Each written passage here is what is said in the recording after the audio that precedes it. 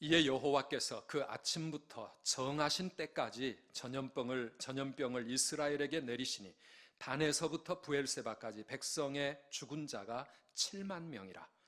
천사가 예루살렘을 향하여 그의 손을 들어 멸하려 하더니 여호와께서 이 재앙 내리심을 뉘우치사 백성을 멸하는 천사에게 이르되 족하다 이제는 내 손을 거두라 하시니 여호와의 사자가 여부수 사람 아라우나의 타작 마당 곁에 있는지라.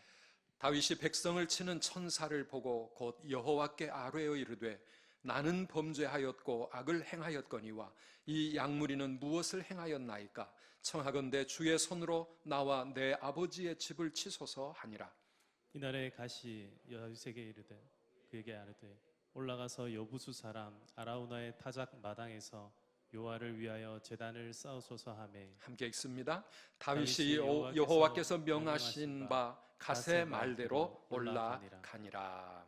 아멘.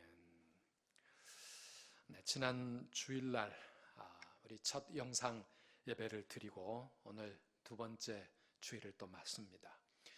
지난 주간 각 가정에서 영상 예배 드리신 소감들을 우리 교회 홈페이지에 올려놓았습니다. 참 이런 안타까운 예배지만 많은 분들이 그래도 정말 사모하는 마음으로 하나님께 눈물로 예배 동참하시면서 또 나름대로 특별한 은혜를 많이 받으신 것 같습니다. 그리고 평소에 함께 예배 자리로 나오지 못했던 그런 가족들도 함께 예배 드릴 수 있는 기회가 되었다고 고백하는 분들도 계셨습니다. 하루속히 온전한 예배가 다시 회복될 수 있도록 많이 기도해 주시고 또 그때까지 더 사모하는 마음으로 우리 하나님 앞에 온전한 예배자로 나아갈 수 있도록 그렇게 해주시면 감사하겠습니다. 오늘 교회에는 우리 교역자들과 직원들 그리고 또 우리 교회 사역에 꼭 필요한 우리 장로님들을 비롯해서 몇 분들만 이렇게 함께 나오셨습니다. 지난 한 주간도 텅 빈 예배당에 앉아 기도하면서 유대인들이 70년 동안을 바벨론 땅의 포로로 끌려가서 살던 그 때 생각이 났습니다. 나라가 바벨론에게 멸망을 당하고 이방 땅의 포로로 끌려갔습니다. 안식일이 되었지만 가서 예배드릴 성전이 없습니다. 그들의 마음이 얼마나 힘들었을까요? 그 이방 땅 곳곳에서 함께 모여서 예루살렘 성전을 사모하며 예배를 드렸었습니다. 우리는 2주간도 참 힘든데 70년을 한평생을 그렇게 그 힘든 시간들을 어떻게 견뎌냈었을까? 그런데요, 그 이방 땅에서 성전에 나아가지 못한 채 하나님을 바라보았던 그 70년이 사실 이스라엘 역사에서 하나님께 그들의 믿음이 온전히 다시 회복되어지고 그들이 영적으로 새로워지는 그런 새 출발의 기회가 되었다는 것은 놀라운 사실입니다. 그들은 하나님의 징계로 그런 고난의 세월을 보냈지만 그 고난의 시간들을 헛되이 버리지 않았습니다. 하나님 앞에 눈물로 회개하면서 가지 못할 성전을 마음으로 그리워하고 사모하면서 그러면서 하나님 앞에 더 순수한 마음으로 그렇게 나아갈 때 하나님은 그들을 다시 회복시켜 주신 것을 우리는 잘 알고 있습니다. 우리 코로나 바이러스로 고통당하는 이 현실은 분명한 하나님의 경고입니다. 지난 주간에 북한은 또 한 번 미사일을 쏘아 올렸습니다. 참 끔찍한 생각이 들었습니다. 만일 이 코로나 바이러스가 아니라 정말 이 땅에 전쟁이 터져가지고 우리가 하나님 앞에 나아가지 못한다면 교회가 다 폐허가 되고 불타는 그런 끔찍한 상황이 벌어진다면 생각하니까요, 이 하나님께서 주신 이 경고의 사인 앞에 우리가 정말 빨리 정신 차려야 되겠다. 이 나라는 물론이지만 특별히 하나님의 백성들이 우리 한국 교회가 하나님 앞에 새로워지지 않으면 더 큰 일이 우리 앞에 생길 수 있다는 그런 경고가 느껴졌습니다. 오늘 우리 함께 읽었던 이 사무엘하 마지막 장 24장은 다윗 통치 말기에 큰 전염병이 온 땅에 퍼져서 7만 명이나 되는 사람들이 죽게 된 사건을 기록하고 있습니다. 그 당시에 열악한 의료 수준에서는 전염병이 한번 돌면 이렇게 수많은 사람들이 죽을 수밖에 없는 치명적인 사건입니다. 그런데 이런 일이 일어났을 때 세상의 역사책은 이런 일이 몇 년도에 있었고 피해가 어떻게 이루어졌다라고 하나의 밖에 보이는 사실만 기록합니다. 그러나 성경은 보이는 사건 배후에 계시는 영적인 실체를 우리들에게 보여주고 있습니다. 사실 신앙이라고 하는 게 뭡니까? 신앙은 보이는 현상, 내 삶에, 내 인생과 이 세상의 역사 속에 보여지는 모든 상황, 그 배후에 계시는 하나님의 손길이 무엇인가? 우리의 모든 삶을 하나님의 시각으로, 영적인 시각으로 바라볼 수 있는 능력이 바로 우리 신앙이라고 말할 수가 있습니다. 오늘 15절 말씀을 보니까요, 15절을 우리 다시 한번 함께 읽어보실까요? 이에 여호와께서 그 아침부터 정하신 때까지 전염병을 이스라엘에게 내리시니 단에서부터 부엘세바까지 백성의 죽은 자가 7만 명이라 그랬습니다. 단에서 부엘세바, 이스라엘의 북쪽 끝에서부터 남쪽 끝까지 온 나라에 7만 명이 죽임을 당한 이 전염병. 그런데 15절 앞부분은 여호와께서 그 일을 이루셨다라고 말씀하고 있습니다. 여호와께서 그렇게 하셨다. 이 사실을 깨닫는 것이 우리의 문제를 해결하고 치유와 회복으로 가는 첫 걸음이 되어질 것입니다. 그래서 오늘 말씀 가운데서 우리가 첫 번째 마음에 새겨야 될 것은 고난도 하나님의 손길이라고 하는 것입니다. 우리의 삶에 일어나는 고난과 재앙과 우리 인생의 문제들, 거기에 하나님의 손길이 있다라고 하는 것이죠. 우리 하나님은 우리를 돌보시는 분이십니다. 우리를 지켜주시는 분이십니다. 하나님은 우리를 당신의 형상대로 창조하셨습니다. 독생자 예수 그리스도 십자가의 그 죽음을 통해 우리를 구원하실 만큼 하나님은 우리를 그렇게 보배롭고 존귀한 당신의 자녀로 그렇게 지금도 사랑하고 계십니다. 그래서 창세전부터 우리를 택하셨을 뿐만 아니라 우리의 모든 인생의 발걸음을 인도하고 계시고, 그래서 성도의 삶에 일어나는 모든 일들은 하나님의 계획 속에, 하나님의 선하신 계획 속에 있고 우리의 모든 생사화복은 그분 손에 있다는 사실을 성경은 말합니다. 여러분, 요즘 꼼짝없이 집안에 계시는 분들을 위해서 하나의 작은 책 하나 소개해드리겠습니다. A.W. 토저라고 하는 분이 기록하신 책, 하나님의 길에 우연은 없다. 하나님의 길에 뭐가 없다고요? 우연이 없다라고 하는 이 조그만 책입니다. 우리 성도의 삶은 모든 것이 하나님의 뜻과 하나님의 섭리 속에 있다는 것이죠. 이거는 어떤 운명론을 말하는 게 아니라 하나님의 절대 주권을 말하고 있는 것입니다. 그 하나님께서 우리의 삶을 항상 최선의 길로, 최고의 길로 인도하고 계신다.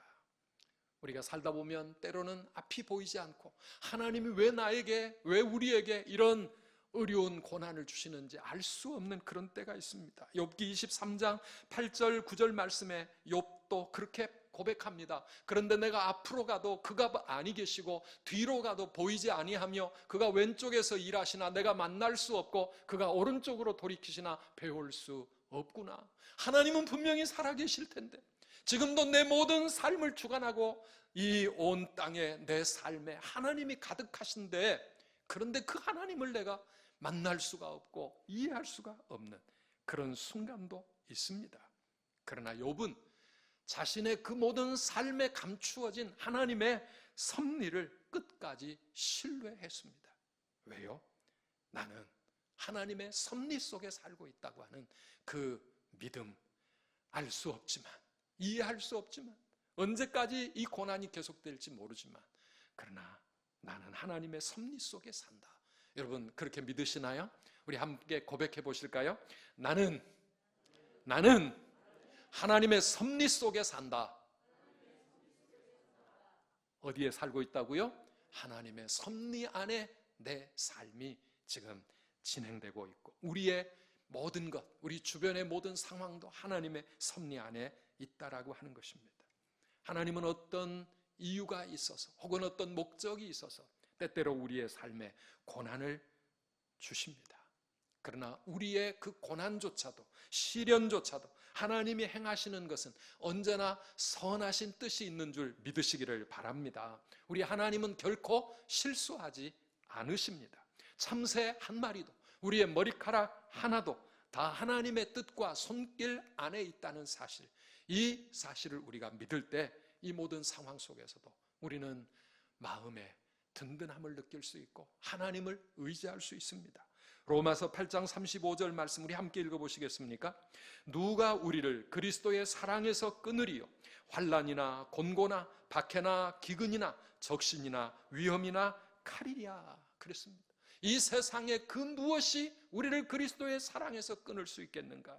그래서 이 로마서가 기록되던 그 당시 초대교회 성도들 엄청난 핍박 속에서도 심지어는 순교의 길을 가면서도 하나님의 그 사랑을 그들은 의심하지 않았습니다. 끝까지 그 사랑을 붙잡았고 모든 고난 속에 하나님의 뜻이 있음을 믿었기 때문에 흔들리지 않았고 원망하지 않았습니다. 그렇습니다. 우리의 삶에 환난도 있고 곤고도 있고 박해와 기근과 적신이나 위험이나 칼이나 코로나 바이러스도 있겠지만은 거기에도 하나님의 뜻이 있고 하나님이 하실 일이 있다는 사실. 그래서 우리가 이것을 인정하고 나아갈 때 우리의 삶의 문제, 우리의 고난의 현실 하나님 앞에서 믿음으로 풀어 나가야 될 줄을 믿습니다. 그런데 왜 다윗 시대에 그 전염병이 그 나라에 7만 명이나 되는 사람을 죽음으로 몰고 갔을까? 교만이었습니다. 교만은 패망으로 가는 길이라고 성경은 경고하고 있습니다. 이 다윗 시대 전염병은 물론 어떤 코로나 바이러스 같은 이런 바이러스가 온 땅에 창궐했었겠지요. 그런데 그 일이 일어난 그 원인이 그 배후의 이유가 무엇이었는가? 왕과 백성들의 교만에 대한 하나님의 징계였다라고 하는 것이 오늘 성경의 해석입니다. 나라가 평안해지고 부강해지자 다윗의 마음속에 교만이 싹트기 시작했습니다. 그래서 인구조사를 시행합니다. 주변의 신하들과 참모들이 끝까지 만류했지만은 다윗은 그 만류에 귀를 기울이지 않고 결국은 강행을 합니다. 그런데 오늘 사무엘하 24장 1절 말씀에 올라가 보면은 그것조차도 하나님의 뜻이었던 것 같습니다. 하나님께서 온 이스라엘에 점점 관영해가는 죄악을 치시려고 그 일을 일어나게 허용을 하신 것이지요. 그래서 사무엘하에서는 이것을 하나님이 행하신 일이다. 다윗의 마음속에 그런 교만한 마음이 싹트게 하셨다고 하지만 또 다른 성경은 사탄이 다윗을 충동해서 그렇게 했다라고 그렇게 해석을 하고 있습니다. 어쨌든 직접적인 원인은 다윗 왕의 교만이었습니다. 그런데 하나님께서 그 이전에 온 이스라엘을 징계하시기 위하여 이스라엘의 죄악과 교만 때문에 이스라엘을 징계하시려고 그런 직접적인 원인을 발생을 시키신 겁니다. 잠언 16장 18절 말씀 우리가 너무나 잘 아는 말씀입니다. 함께 읽어보시겠습니까? 교만은 패망의 선봉이요 거만한 마음은 넘어짐의 앞잡이니라 그랬습니다. 교만은 망하는 길로 나아가는 그런 선봉이다 그렇게 말하고 있습니다. 교만이 얼마나 무서운 죄인지 사실 우리의 삶에서 일어나는 모든 죄의 그 밑바닥에는 하나님을 두려워할 줄 모르는 교만이 자리 잡고 있다는 것을 여러분 아십니까? 에덴 동산에서부터 인류의 죄악의 시작은 항상 교만이었습니다. 하나님을 두려워하고 하나님께 순종하며 살지 못하고 도리어 우리의 욕심을 따라 우리의 마음대로 내 자유를 찾아 그렇게 살아가는 인간의 교만 말이죠. 다윗은 인구조사를 그렇게 억지로 강행시키고 난 후에야 자신의 죄를 깨닫습니다. 그리고 하나님 앞에 엎드립니다. 10절 말씀을 보면은요, 10절 같이 한번 읽어보시겠습니까? 다윗이 백성을 조사한 후에 그의 마음에 자책하고 다윗이 여호와께 아뢰되 내가 이 일을 행함으로 큰 죄를 범하였나이다. 여호와여, 이제 간구하옵나니 종의 죄를 사하여 주옵소서. 내가 심히 미련하게 행하였나이다 하니라. 인구조사 그 자체가 죄였다는 것이 아니라 무슨 동기로, 무슨 마음으로 그 일을 행했느냐, 다윗의 그 마음의 교만이 큰 죄였다라고 하는 것입니다. 사랑하는 여러분, 교만은 하나님 앞에 죄입니다. 그것도 아주 큰 죄입니다. 이번에도 우리는 우리 인간의 교만을 깨뜨리시는 하나님의 손길을 이번 사건에서도 우리가 보고 있지 않습니까? 신천지를 하나님은 치십니다. 스스로 이 시대의 구원자다, 만왕의 왕이다, 이긴 자다, 영생 불사한다고 했던 그 교주가 온 국민들 앞에 2번이나 땅바닥에 무릎을 꿇고 엎드렸습니다. 물론 진실한 겸손인지 그것은 알 수 없습니다. 많은 사람들이 그것도 쇼라고 그렇게 보고 있습니다. 그러나 하나님은 더 이상 그의 그 교만을 두고 보실 수가 없어서 그의 무릎을 꿇게 하신 것 아니겠습니까? 교만은 패망의 선봉이다. 그런데 신천지뿐이 아닙니다. 이 사건은 교회에 대한 경고이기도 합니다. 우리 목회자들이 하나님을 두려워할 줄 모르고 다윗처럼 안이하고 교만했습니다. 우리 믿는 자들이 너무 교만하여 이 세상에서 빛과 소금의 삶을 살기는커녕 하나님 없는 종교 생활로 그렇게 살아가고 있는 우리 한국교회의 모습을 하나님께서 징계하시는 것입니다. 이 땅을 위해 기도할 줄 모르고 자신의 욕심만을 위해 안 믿는 사람과 다를 바 없이 살아가는 우리의 거짓된 믿음을 하나님께서 이렇게 징계하고 계시는 것 아닙니까? 이 땅에 신천지를 키운 것도 한국 교회입니다. 교회가, 성도가 복음 위에 바로 서지 못하니까, 바로 살지 못하니까 이런 이단들이 말도 안 되는 그 헛된 교리에 속아 넘어가는 수많은 사람들이 나오게 된 것입니다. 지난 2주간 동안 텅 빈 교회에서 기도하면서 마음은 너무나 아프고 애통하고 힘들었지만 그러나 감사의 고백도 함께 있었습니다. 하나님께서 우리 교회를 이렇게 고통 속에 낮아지게 하시면서 우리에게 깨우쳐 주시는 은혜가 있구나. 얼마나 그동안에 우리에게 주신 은혜를 우리가 감사할 줄 모르고 참 너무 쉽게 생각했는지, 우리의 죄가 무엇인지 하나님 앞에 깨닫게 되고 우리가 정말 하나님 앞에서 다시 새로워질 수 있다고 하면 우리에게 주어진 이 몇 주간의 힘든 시간들은 결코 그것은 헛된 고난이 되지 않을 것입니다. 사랑하는 성도 여러분, 이 땅의 치유와 회복의 길은 어디에 있습니까? 오늘 성경은 참된 치유와 회복의 그 길이 무엇인가를 우리에게 보여주는데 첫 번째가 뭡니까? 회개와 기도라고 말할 수가 있습니다. 회개하며 하나님 앞에 낮아져 기도하는 것입니다. 야고보 5장 13절 말씀 여러 번 말씀드렸습니다. 너희 중에 고난당하는 자가 있느냐? 그는 기도할 것이요. 즐거워하는 자가 있느냐? 그는 자랑하지 말고 교만하지 말고 하나님을 찬송하라고 그렇게 말씀하고 있습니다. 고난당하는 자, 누구를 탓하려고 하지 말고 중국 탓도 아니고 신천지 탓도 아니고 정부 탓도 아니고 우리가 하나님 앞에 기도해야 할 때라고 하나님은 우리에게 경고의 사이렌을 불고 계시는 것입니다. 우리가 하나님 앞에 무릎 꿇어 기도해야 합니다. 고난이 빨리 없어지라고 이 문제 빨리 해결해 달라고 그 기도 이전에 우리에게 일어나는 이 모든 일이 우연이 아니고 하나님이 하시는 일이라고 하면 하나님의 뜻을 깨닫게 해달라고, 하나님의 마음을 알게 해달라고 그렇게 기도해야 하지 않겠습니까?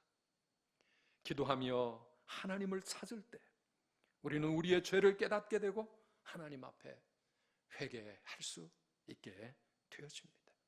다윗 왕이 하나님 앞에 자신의 죄를 내가 하나님께 큰 죄를 지었구나 깨닫고 회개하며 기도할 때 하나님은 전염병이 예루살렘을 멸망시킬 만큼 창궐하기 직전에 긍휼을 베풀고 계십니다. 16절 말씀을 보면 천사가 예루살렘을 향하여 그의 손을 들어 멸하려 하더니 여호와께서 이 재앙 내리심을 뉘우치사 백성을 멸하는 천사에게 이르시되 족하다. 이제는 내 손을 거두라 하시니 여호와의 사자가 여부스 사람 아라우나의 타작마당 곁에 있는지라 그랬습니다.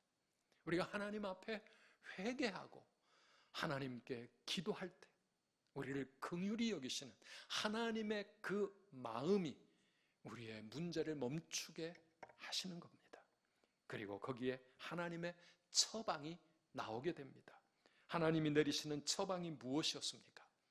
참된 예배자로 서라고 하는 것이었습니다. 참된 예배자로 서라.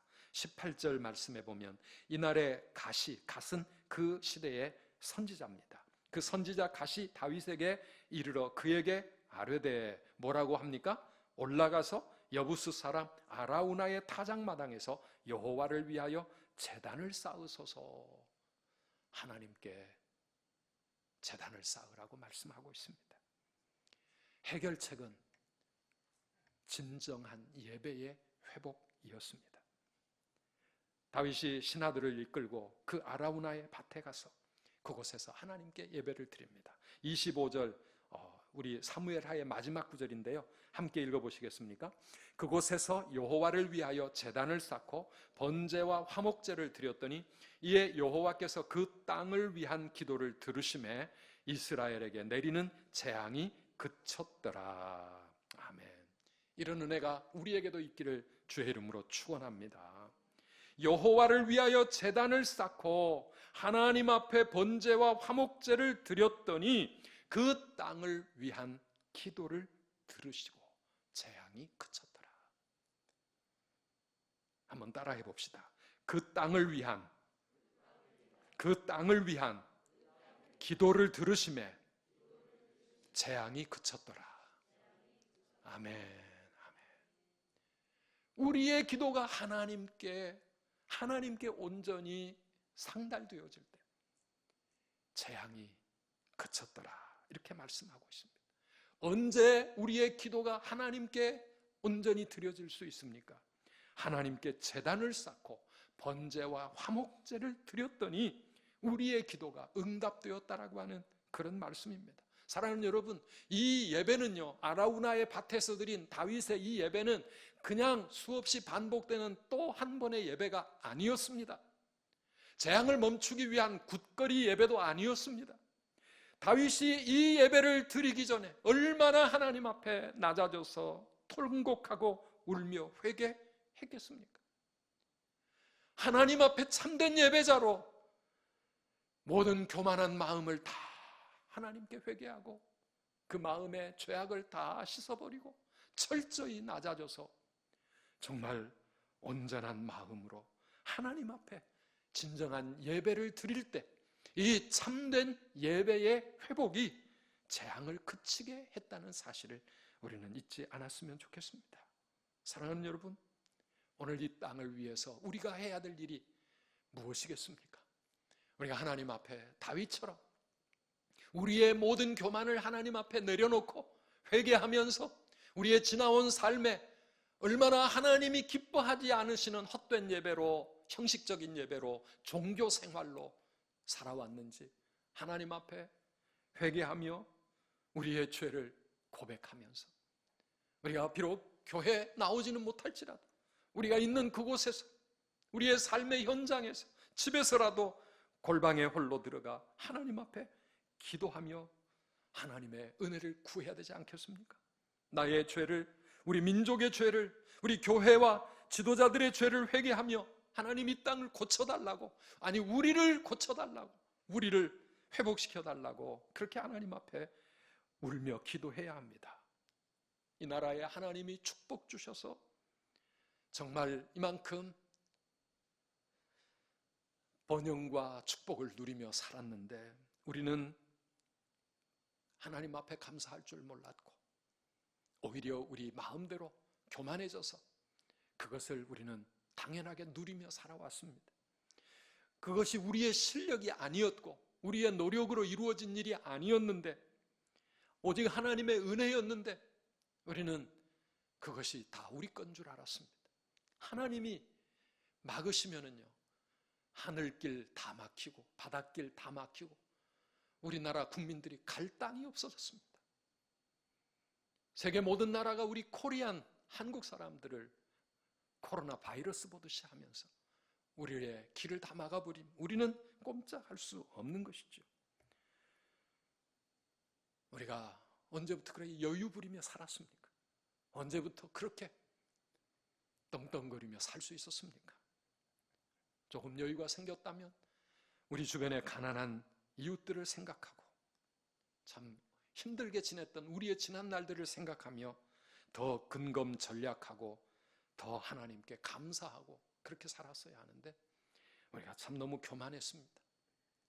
하나님의 은혜로 이 나라가 평안한 줄을 모르고 코로나 바이러스 이런 거 우리가 얼마든지 이겨낼 수 있다고 쉽게 생각했던 그런 교만했던 마음들 하나님 앞에 정말 다 고백하면서 우리는 하나님 은혜 아니면 살아갈 수 없는 인생이고 하나님 우리나라 하나님의 은혜 아니면 설 수 없는 나라고 한국 교회 이만큼 부흥한 것 같고 곳곳에 십자가 있지만은 하나님 은혜 안 주시면 교회마다 문 닫을 수밖에 없고 교회마다 사람들에게 짓밟힐 수밖에 없는 그것이 우리의 실체고 그것이 우리의 연약한 모습인 것을 우리 하나님 앞에 회개하면서 우리 하나님의 은혜를 구해야 되지 않겠습니까? 하나님의 은혜 아니면 우리는 지금 이 상황에서도 어떻게 헤쳐나가야 할지 알 수가 없습니다. 어제도 그 전날보다 확진자가 757명이나 더 늘었습니다. 하루에 7,000명이 넘었습니다.